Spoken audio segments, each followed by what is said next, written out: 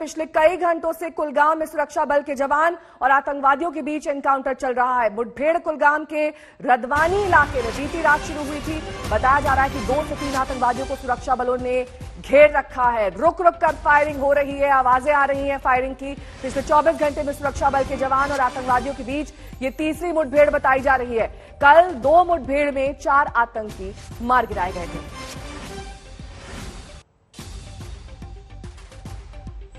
ये एनकाउंटर बीते कई घंटों से चल रहा है। 2 से 3 आतंकियों को सुरक्षा बलों ने घेर रखा है, ऐसी खबर मिल रही है। 24 दक्षिण कश्मीर, जहां पर कल 4 आतंकी ढेर किए गए थे।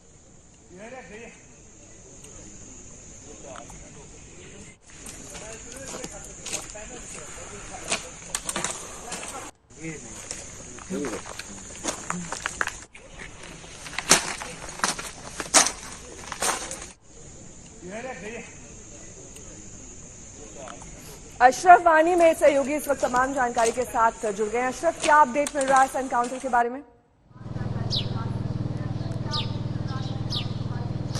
नेहा, दरअसल कुलगाम के इलाके में ये दूसरी मुठभेड़ है पिछले 24 घंटों के दौरान और दक्षिणी कश्मीर में तीसरी मुठभेड़। दरअसल कल शाम को यहां पर सुरक्षा बलों को जानकारी मिली थी कि रेडवनी, जो कुलगाम जिले में आता है, जम्मू श्रीनगर राष्ट्रीय राजमार्ग के पास ये गांव है, वहां पर कुछ आतंकी छुपे हैं। जिसके बाद साझा तौर पर पुलिस, सेना और सीआरपीएफ ने इलाके की घेराबंदी कर दी थी। जब वो उस जगह की ओर बढ़ रहे थे जहां पर उन्हें शक था, खबर थी वहां पर मिलिटेंट छुपे हैं, तो वहां घर से उन पर फायरिंग हुई। उसके बाद जवाबी कार्रवाई भी हुई, लेकिन पूरे इलाके की घेराबंदी फिर बढ़ा दी गई। सभी रास्ते जो रेडवनी गांव की ओर जाते हैं या वहां से निकलते हैं, उन सभी रास्तों को सील कर दिया गया और फिलहाल यहां पर तलाशी अभियान चल रहा है। पिछले 3 घंटे से फिलहाल यहां पर कोई गोलीबारी नहीं हुई है, लेकिन पुलिस और सुरक्षा बलों का कहना है कि वो निश्चित कराना चाहते हैं कि पूरे इलाके को सैनिटाइज कराया जाए, किसी तरह की आम लोगों को क्षति न पहुंचे, और उसके बाद ही फिर जो है ये ऑपरेशन शुरू हो सकता है। दरअसल अगर देखें तो पिछले कुछ दिनों के दौरान लगातार जो है सुरक्षा बलों की तरफ से जो ऑपरेशन चलाए जा रहे हैं जम्मू कश्मीर में मिलिटेंटों के खिलाफ, उनमें तेजी आई है। और उसका अंदाजा इसी बात से लगाया जा सकता है कि पिछले 2 दिन के दौरान 5 जो है मिलिटेंट अलग अलग मुठभेड़ों में एक हिजबुल कमांडर सहित मारे गए हैं। नेहा, साथ ही अशरफ, जिस तरीके से हाल ही के दिनों में इस तरह की घटनाओं में इजाफा हो रहा है, जाहिर तौर पर जो सुरक्षा एजेंसियां हैं वो अलर्ट मोड पर है। कौन कौन से वो इलाके हैं जिन्हें सबसे ज्यादा सेंसिटिव बताया जा रहा है?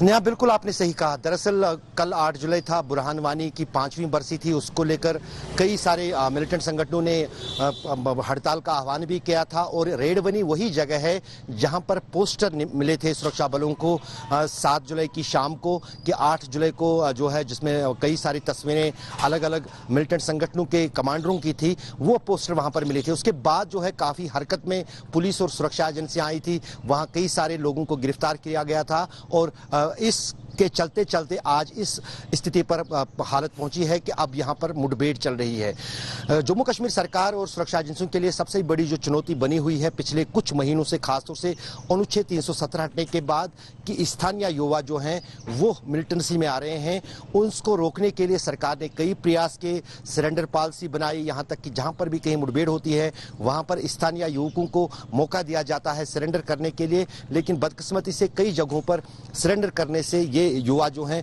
इनकार करते हैं। तो जाहिर है कि पुलिस और सेना ने साफ कर दिया है, जो सरेंडर नहीं करेगा उसको मार गिराया जाएगा। तो उस तरह से सुरक्षा बल कहीं ना कहीं जम्मू कश्मीर में, खासतौर से दक्षिणी कश्मीर में जो है मिलिटेंसी के खिलाफ प्रहार में लगी हुई है और उसमें और तेजी ला रहे हैं। बहुत बहुत शुक्रिया अशरफ इस तमाम जानकारी के लिए आपका। अशरफ वानी मेरे सहयोगी जानकारी देते हुए किस तरीके से कुलगाम में एनकाउंटर हुआ।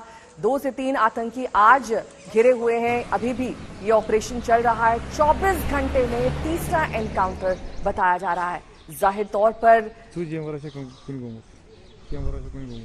3 एनकाउंटर में 5 आतंकी ढेर हुए हैं। साल 2021 में 2 जुलाई तक 5 आतंकी पुलवामा में ढेर किए गए। वहीं 2 आतंकी ढेर कुलगाम में किए गए। एक आतंकी ने सरेंडर किया। पारिमपोरा में 29 जून को लश्कर तैयबा कमांडर अबरार और पाकिस्तानी आतंकी को सुरक्षा बलों ने ढेर कर दिया। 21 जून की घटना, सोपोर में 3 लश्कर आतंकी मार गिराए गए। मोस्ट वांटेड मुदासिर भी मार गिराया गया। एनकाउंटर में मारा गया एक आतंकी शोपियां का उज्जैर अशरफ डार ढेर किया गया। 16 जून को नौगाम में, वहीं 11 मई को अनंतनाग में 3 आतंकियों का खात्मा हुआ। तीनों दक्षिण कश्मीर के रहने वाले थे। लगातार प्रहार जारी है। 11 अप्रैल की घटना जब शोपियां में 5 आतंकी ढेर किए गए, रात भर गोलीबारी होती रही। 9 अप्रैल शोपियां पुलवामा में 7 आतंकी ढेर, अंसार गजवातुल हिंद का चीफ मार गिराया गया। और इस बीच सुरक्षा बलों को एक और अहम कामयाबी मिली है। जम्मू कश्मीर के सोपोर में कल आतंकियों के एक अड्डे को सुरक्षा बल के जवानों ने नष्ट कर दिया। इस इमारत में आतंकियों ने हथियार और विस्फोटक छिपाकर रखे थे। सुरक्षा बलों के जवानों ने छापा मारकर सारे साजिश के हथियार बरामद कर लिए। हालांकि कोई आतंकवादी हाथ नहीं आया। ऊपर से रास्ता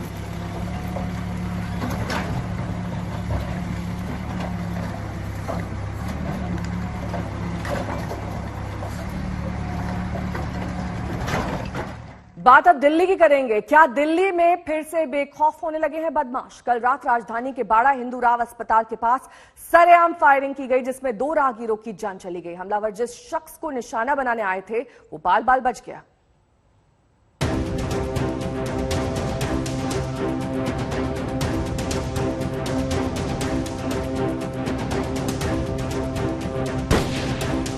ताबड़तोड़ फायरिंग से दहली राजधानी, सरेआम गोलीबारी में 2 राहगीरों की मौत।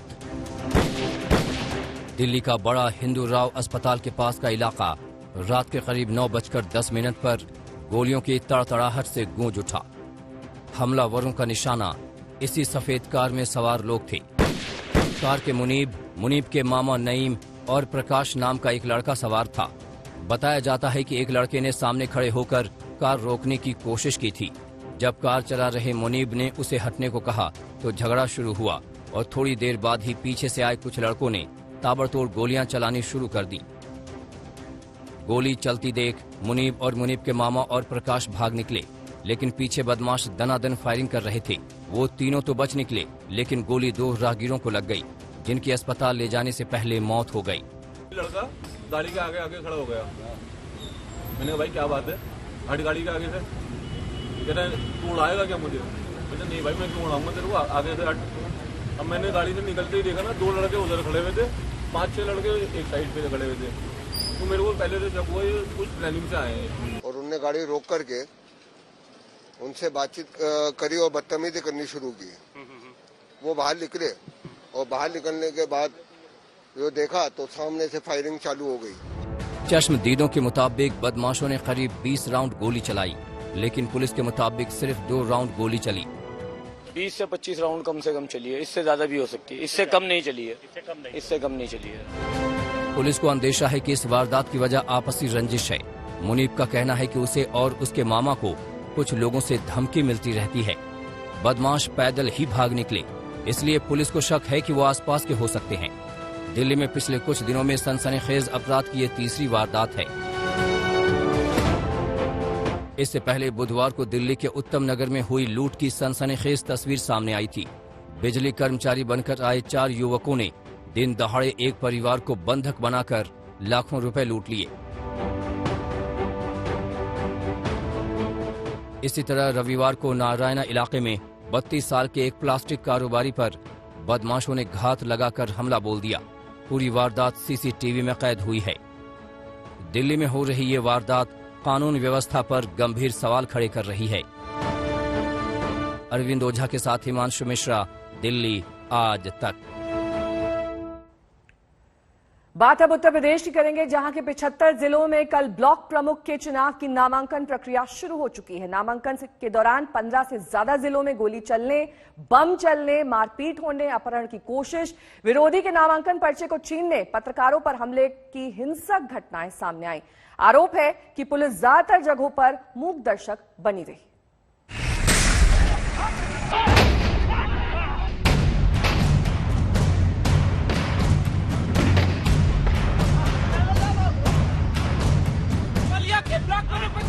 किया जा रहा है, तो काट के फेंक देंगे, जबरदस्ती करी तो।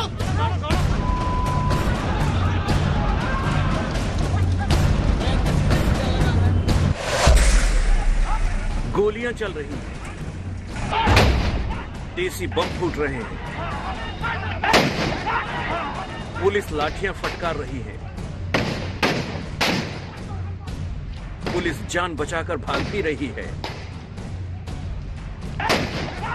ये उत्तर प्रदेश का सीतापुर है, जहां ब्लॉक प्रमुख चुनाव के नामांकन के दौरान कल हिंसा का जमकर तांडव हुआ।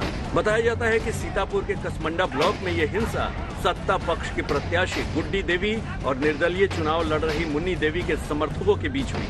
निर्दलीय प्रत्याशी के 3 समर्थक इस झड़प में जख्मी हुए हैं। ब्लॉक प्रमुख चुनाव के नामांकन के दौरान हिंसा के तांडव की कई जिलों से तस्वीरें सामने आई हैं। एटा के मारहरा ब्लॉक की ये तस्वीर देखिए। सैकड़ों की संख्या में मौजूद भीड़ यहां पथराव करती नजर आ रही है। इस पथराव में आज तक संवाददाता समेत कई मीडियाकर्मी जख्मी हो गए। पूरे बवाल में पुलिस मूक दर्शक बनी रही। बताया जाता है कि बवाल तब शुरू हुआ जब समाजवादी पार्टी के प्रत्याशी को नामांकन से रोका गया। गुस्साए एसपी कार्यकर्ताओं ने बैरिकेडिंग तोड़ दी। हमारा कैंडिडेट बड़ी मुश्किल से अंदर गया है। अंदर जाने के बाद भी वीरेंद्र विधायक ने एक पर्चा भर दिया हमारे कैंडिडेट का, और दूसरा कैंडिडेट दूसरा पर्चा मौजूद है, उससे पर्चा फाइल नहीं करवाया जा रहा है। फतेहपुर के तेलियानी ब्लॉक का ये वीडियो देखिए। पुलिस के सामने यहाँ भी बवाल मचा है। हाथापाई हुई, तोड़फोड़ हुई, पूरा बवाल मचा। पुलिस से भिड़े इस शख्स पर गौर कीजिए, कमर में कट्टा लटका हुआ है। आरोप है कि बीजेपी समर्थक बीडीसी को खींचकर ले जाने की कोशिश कर रहे थे। इसी पर बीजेपी और समाजवादी पार्टी समर्थकों में भिड़ंत हो गई। यूपी के जिले जिले से हिंसक झड़प की तस्वीरें सामने आ रही हैं। इससे लखनऊ तक हड़कंप मच गया है। सामान्यतया जो घटनाएं हुई हैं वो मतदान स्थल से दूर हुई है, जैसे आपसी मारपीट या पर्चा छीनने की बात हुई है। कहीं कहीं 2 पक्षों के आमने सामने एक ही समय आ जाने के बाद भी वाद विवाद की बात आई है, और जिन लोगों ने भी गड़बड़ियां की हैं उनके विरुद्ध आवश्यक और कठोर वैधानिक कार्रवाई अमल में लाई जाएगी। समर्थकों को अगवा करने, पर्चा फाड़ने, गोली चलाकर रोकने, बम चलाकर दौड़ाने, विरोधी को नामांकन करने से रोकने की इन्हीं तस्वीरों के बीच यूपी में होता ब्लॉक प्रमुख का चुनाव ये सवाल पूछने को मजबूर करता है कि निर्वाचन आयोग कहाँ है? पुलिस के हाथों दिखाया जाने वाला कानून का इकबाल कहाँ है? निष्पक्ष चुनाव की गारंटी कहाँ है? आज तक ब्यूरो। वहीं सहारनपुर के गंगोह ब्लॉक से एक हैरान करने वाली तस्वीर सामने आई है। दरअसल समाजवादी पार्टी प्रत्याशी बबली चौधरी का नामांकन रद्द हुआ तो वो रिटर्निंग अफसर की गाड़ी के सामने लेट गई। बताया जा रहा है कि फोटो अटेस्ट न होने की वजह से उनका नामांकन रद्द किया गया। इसके खिलाफ समाजवादी पार्टी के जिलाध्यक्ष चौधरी रुद्र सेन भी धरने पर बैठ गए। ये पूरा ड्रामा घंटों चलता रहा। हमारी तरफ से अजय बबली चौधरी और कविता चौधरी दोनों ने नामांकन किया था, और इन्होंने जो है मिली भगत करके प्रशासन ने सत्ता पक्ष के साथ मिली भगत करके दोनों ही पर्चे हमारे सारे साइड जो है वो कैंसिल करा दिए। ये सरासर तानाशाही है और ये अन्यायपूर्ण है। ये विपक्ष का गला घोटने वाली बात है। इस सरकार में, इस प्रशासन में इतना ताकत नहीं है कि ये विपक्ष का मुकाबला कर सके, और ये जबरदस्ती करके जो है सत्ता पक्ष के लोगों को जो चुनाव जिताने का काम कर रहे, और हम इस चीज का डटकर विरोध करेंगे। और इसीलिए जो है हम यहाँ से जन में बैठे, हम यह तानाशाही नहीं चलने देने के। ये गलत बात है भाई। कोरोना को लेकर लापरवाही के केसेस कम नहीं हो रहे हैं। कोरोना के आंकड़े तो थमे हैं, लेकिन लापरवाही बदस्तूर जारी है। 2 तस्वीरें आपको दिखा देते हैं। उड़ीसा के गंजम, जहां पर एक वैक्सीनेशन सेंटर में लापरवाही देखने को मिली। दिल्ली की ओखला मंडी की भी दूसरी तस्वीर देख लीजिए। भीड़ दोनों जगह नजर आ रही है। 2 गज की दूरी का पालन कहीं नहीं है, और कोरोना से जंग में ये लापरवाही दरअसल ठीक नहीं है। ऐसी तस्वीरों का जिक्र पीएम मोदी ने कल मंत्रिमंडल की बैठक में किया और चिंता जाहिर की थी।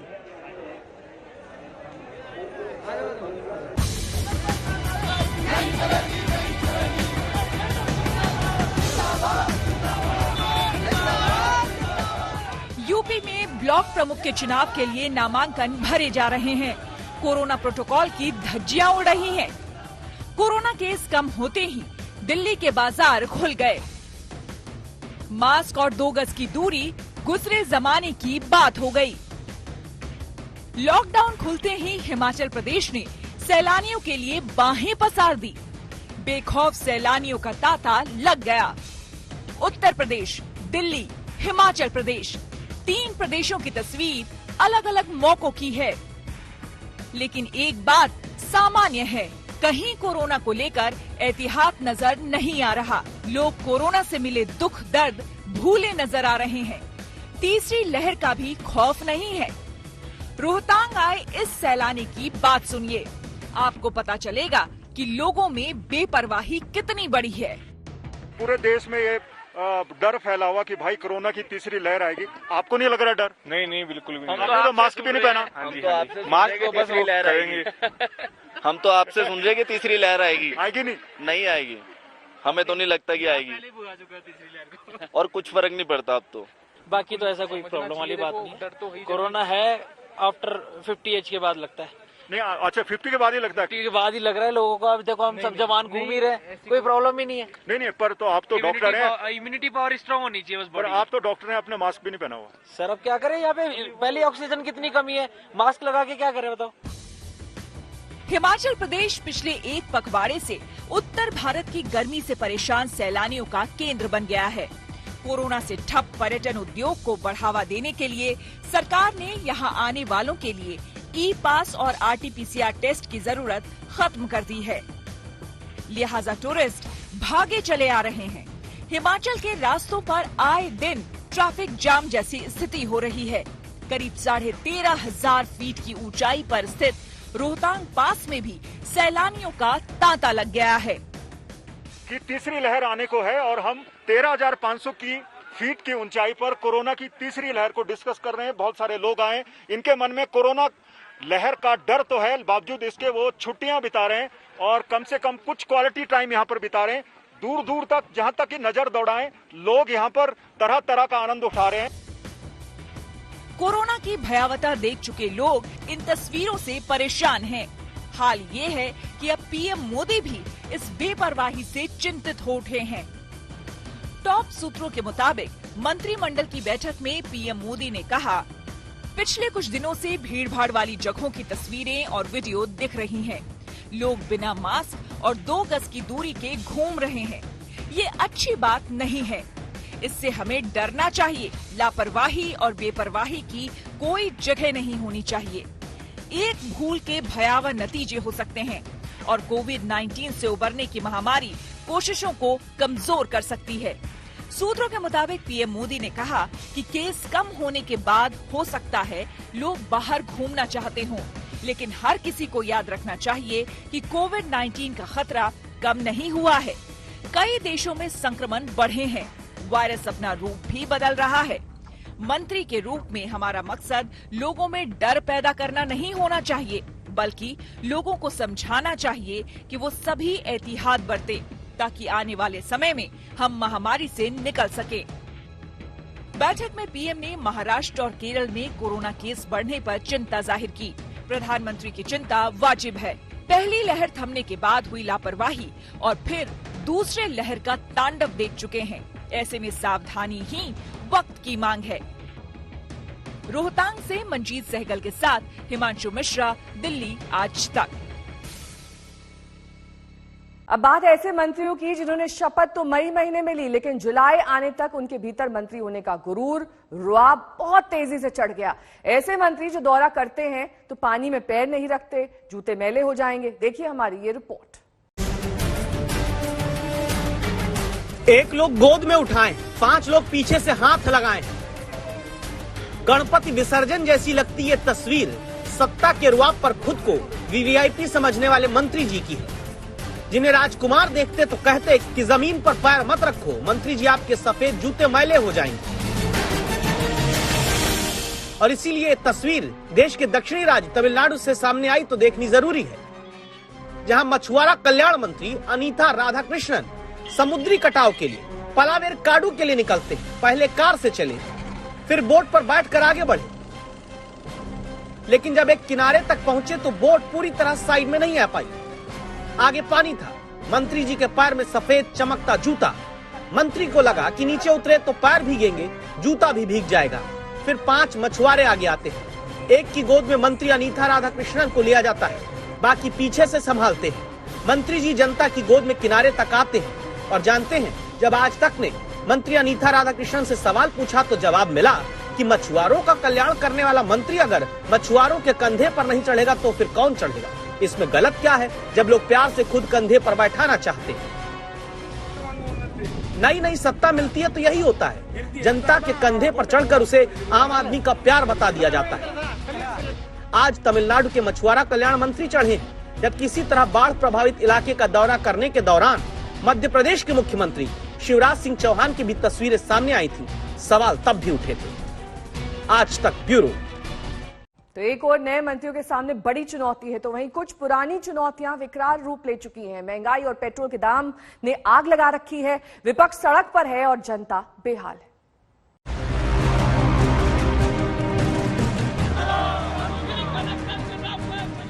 इधर पेट्रोलियम मंत्रालय के नए प्रधान पहले दिन चार्ज ले रहे थे, उधर पेट्रोल के दाम एक बार फिर रिचार्ज हो गए।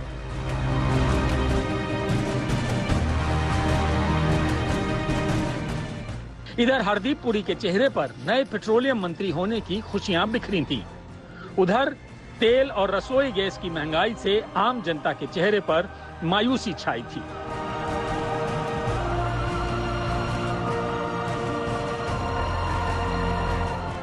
कल दाम बढ़ाकर धर्मेंद्र प्रधान को फेयरवेल देने वाली तेल कंपनियों ने आज फिर कीमतें बढ़ाकर नए पेट्रोलियम मंत्री हरदीप पुरी का ग्रैंड वेलकम किया। लेकिन देश भर में किसान संगठनों के विरोध प्रदर्शनों ने हरदीप पुरी के पदभार ग्रहण इवेंट के रंग में भंग डाल दिया।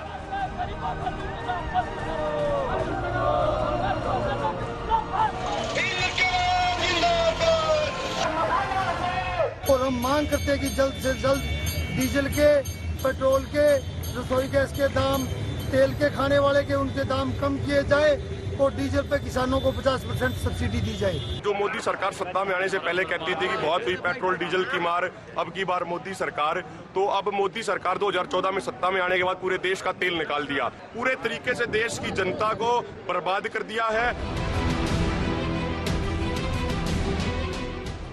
वैसे टाइमिंग देखिए, नए पेट्रोलियम मंत्री हरदीप पुरी को पेट्रोलियम मंत्रालय तब मिला है, दिल्ली में पेट्रोल 100 रुपए 59 पैसे लीटर, मुंबई में 106 रुपए 59 पैसे लीटर, कोलकाता में 100 रुपए 62 पैसे प्रति लीटर, चेन्नई में 101 रुपए 37 पैसे लीटर, जयपुर में पेट्रोल 107 रुपए 36 पैसे, भोपाल में 108 रुपए 88 पैसे लीटर और बेंगलुरु में 103 रुपए 93 पैसे। जब पेट्रोल की कीमतें अब लगभग पूरे देश में शतक लगा चुकी हैं, देश के महानगरों से लेकर देश की राजधानी और राज्यों की राजधानियों तक में पेट्रोल 100 रुपए से ऊपर के भाव बिक रहा है। पेट्रोल और डीजल की कीमतों में लगातार बेतहाशा बढ़ोतरी जारी है।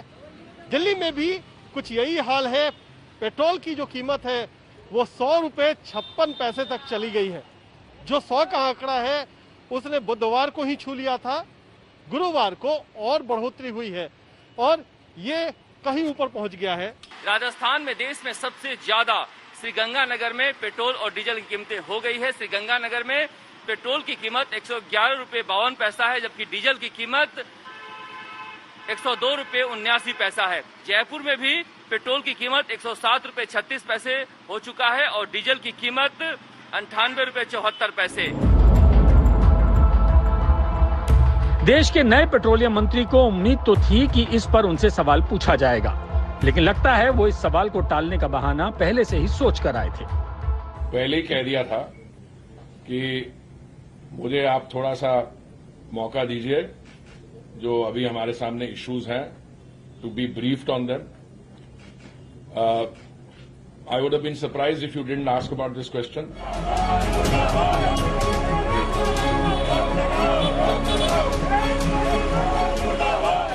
7 साल तक लगातार तेल की कीमतों में लगी आग से भड़कती जनता को ठंडा रखने के जुगाड़ में लगे धर्मेंद्र प्रधान तो झंझट से मुक्ति पा गए हैं। अब तेल के बढ़ते दामों का बोझ जस्टिफाई करने की जिम्मेदारी हरदीप पुरी के कंधों पर आ गई है। उन्होंने 2 बातें क्लियर कर दी हैं। पहला ये कि वो धर्मेंद्र प्रधान के रास्ते पर ही पेट्रोलियम मंत्रालय को चलाएंगे और दूसरी ये कि वो पीएम मोदी की उम्मीदों पर खरा उतरने की कोशिश करेंगे। In the last 7 years, under the able guidance of Shri Dharmendra Pradhan ji, and before that of his predecessor, a number of path-breaking reforms and initiatives have been introduced in this sector. My effort will be to take those forward and to fulfill the expectations of the Prime Minister. अब मोदी सरकार की बात करेंगे, जिसने अनाज मंडियों के ढांचागत विकास के लिए बड़े फैसले लिए हैं। इनमें मंडियों के विकास के लिए कृषि इंफ्रास्ट्रक्चर फंड के इस्तेमाल और 1 से अधिक इंफ्रास्ट्रक्चर प्रोजेक्ट्स पर लोन पर ब्याज में छूट देने का फैसला शामिल है। इसी के साथ सरकार ने एक बार फिर यह कहा कि अगर कृषि कानून को रद्द करने की मांग छोड़े तो सरकार किसान संगठनों से बातचीत को भी तैयार है। नए जोश के साथ नई टीम मोदी ने पहली कैबिनेट बैठक की तो बड़ा फैसला कृषि क्षेत्र को लेकर हुआ। ये फैसला है अनाज मंडियों को और मजबूत बनाने का। ये फैसला है कृषि क्षेत्र के ढांचागत विकास को और आगे बढ़ाने का। ये फैसला है किसानों को ये भरोसा दिलाने का कि सरकार उनकी आमदनी बढ़ाने की कोशिशों में जी जान से जुटी है। नई टीम के साथ पहली कैबिनेट बैठक में मोदी सरकार ने फैसला किया कि आत्मनिर्भर भारत योजना में घोषित 1 लाख करोड़ के इंफ्रास्ट्रक्चर फंड का इस्तेमाल एपीएमसी यानी अनाज मंडियां अपने ढांचागत विकास के लिए कर सकेंगी।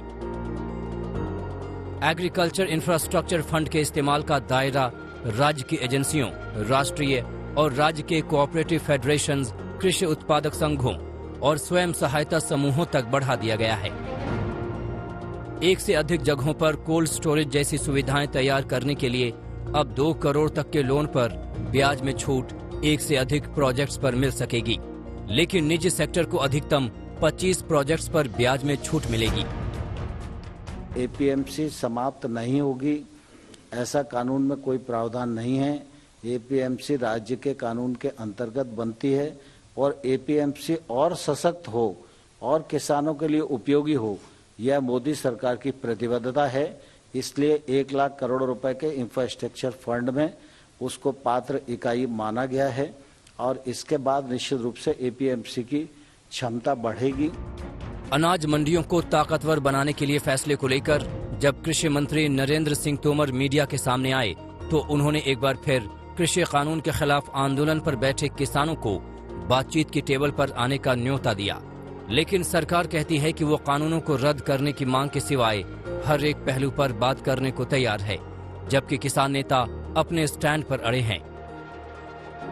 किसान आंदोलन से संबंधित जो यूनियन हैं, उनको मैंने एक बार नहीं अनेक बार यह कहा है कि कानून को रिपील करने के अतिरिक्त कोई भी प्रस्ताव वो लेकर हमारे पास आए, हम उस प्रस्ताव पर चर्चा करने के लिए तैयार हैं। तो 8 महीने से किसान बैठे, कोई ऐसे ही नहीं बैठे कि सरकार इसको एडवाइजर देगी। एडवाइजरी बोर्ड की मेंबर है और किसान को जो कुछ कहेगी उसके डायरेक्शन पे किसान चलेगा, ऐसा नहीं है। सरकार को बातचीत करनी, जो भी होगी वो हाउस के अंदर बात होगी। उनको बात करनी है, बात करें, लेकिन कंडीशन लगाकर बात ना करें। साफ है कि कृषि कानूनों पर किसान नेताओं ने सरकार से टकराव का रास्ता नहीं छोड़ा है, लेकिन सरकार ये समझाने की कोशिश कर रही है कि सरकार किसानों के हित के लिए ही काम कर रही है। ऐश्वर्या पालीवाल के साथ आज तक ब्यूरो। सरकार कितनी तैयारी कर ले, लेकिन अगर लोगों की लापरवाही नहीं रुकी तो सारे इंतजाम कम पड़ जाएंगे। दूसरी लहर में हमने लोगों को बेड, ऑक्सीजन और दवाइयों के लिए तरसते देखा। वो तस्वीरें कोई नहीं भूल सकता, मगर फिर भी कुछ लोग सब कुछ जानते हुए कोरोना की तीसरी लहर को न्योता दे रहे हैं।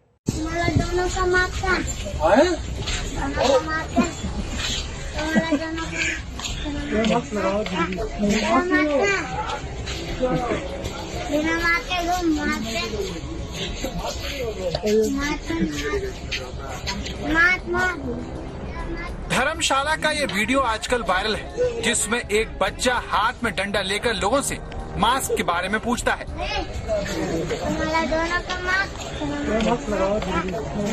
बच्चे के सवाल से कुछ लोग चौंकते हैं तो कुछ लोग बच्चे का सवाल सुनकर हंसते हुए आगे निकल जाते हैं। अच्छा, तो पुलिस वाले। लेकिन ये धर्मशाला जैसे हिल स्टेशन की वो हकीकत है जिसने वहाँ रहने वाले लोगों को डरा दिया है। इस तस्वीर में एक दो नहीं बल्कि तकरीबन हर पर्यटक बिना मास्क के दिखा और कुछ ने तो इस बच्चे को झड़कने की कोशिश भी की।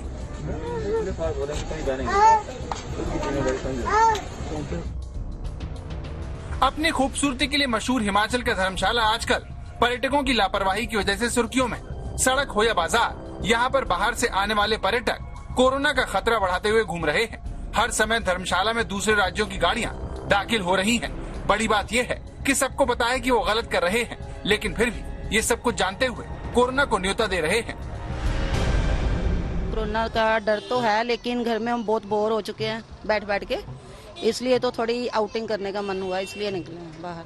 मन में डर तो है ही है, जैसे हम रूम लेंगे कैसे कैसे, मतलब कि कोई प्रॉब्लम वाला भी आया होगा, बट फिर भी थोड़ा बहुत कॉम्प्रोमाइज कर रहे हैं। धर्मशाला की तरह कुल्लू मनाली का भी यही हाल है, जहाँ पर कोरोना प्रोटोकॉल की धज्जियां उड़ रही हैं। यहाँ पर आने वाले अधिकतर पर्यटक मास्क से दूरी बनाए हुए हैं। हिमाचल में हाल ही में कोरोना के नियमों में ढील दी गई है, जिसके चलते यहाँ पर पंजाब हरियाणा की तरह दूर दूर से पर्यटक आ रहे हैं। बहुत शानदार है, वादियों में घूम रहे हैं, अच्छा मौसम है, लगभग पूरे हिंदुस्तान से लोग यहाँ आ रहे हैं, बहुत अच्छा मौसम है और खूब क्राउड है। हम यहाँ पे 4-5 दिनों से स्टे कर रहे हैं, बट यहाँ पे क्राउड है, मास्क वगैरह लोग लगा रहे हैं, कुछ नहीं भी लगा रहे हैं, बट हमें सावधानियां बरतनी चाहिए। मनाली का वेदर बहुत अच्छा है, इस टाइम पे सब एंजॉय कर रहे हैं। हिमाचल में लॉकडाउन की वजह से पर्यटन का कारोबार ठप पड़ा हुआ था। ऐसे में पर्यटकों के लौटने से यहाँ काम तो अच्छा चल रहा है, लेकिन लोगों को भविष्य का डर भी सता रहा है। अभी 26 तारीख को हिमाचल में लॉकडाउन खुला है। उस 26 से लेकर आज तक की 8-10 दिनों में जिस तरह से फ्लो आया है टूरिस्ट का, वो सब देखते हुए यही लगता है कि जो हमारे साइंटिस्ट डॉक्टर बोले तीसरी लहर के बारे में, वो आने वाले समय में उस लहर के लिए सहायक सिद्ध होगी। उत्तर भारत में चल रही लू के बीच लोगों का सैलाब भीषण गर्मी से बचने के लिए शिमला, कुफरी, डलहौजी और मनाली जैसे पहाड़ी इलाकों में पहुंच गया है। मनाली में अचानक आए पर्यटकों के हुजूम ने पुलिस के काम को भी बढ़ा दिया है, जो सार्वजनिक जगहों पर लोगों से नियमों का पालन करने की अपील कर रही है। कृपया ध्यान दें, मेरा पर्यटकों से निवेदन रहेगा कि वे अगर मॉल रोड या अन्य सार्वजनिक स्थानों पर अपने होटलों से बाहर निकल रहे हैं तो मास्क लगा के ही निकलें। मनाली में टूरिस्ट का इन्फ्लक्स काफ़ी बढ़ गया है, तो लोगों से जो एप्रोप्रिएट कोविड प्रोटोकॉल है तो फॉलो करवाने के लिए पुलिस का डिप्लॉयमेंट जो बढ़ाया गया है, जगह जगह पुलिस की तैनाती की गई है, और जो भी लोग बिना मास्क के मनाली या उसके आसपास के क्षेत्र में उनके पाए जा रहे हैं, उनके पुलिस एक्ट के अंतर्गत चालान करके उनसे फाइन वसूल किया जा रहा है।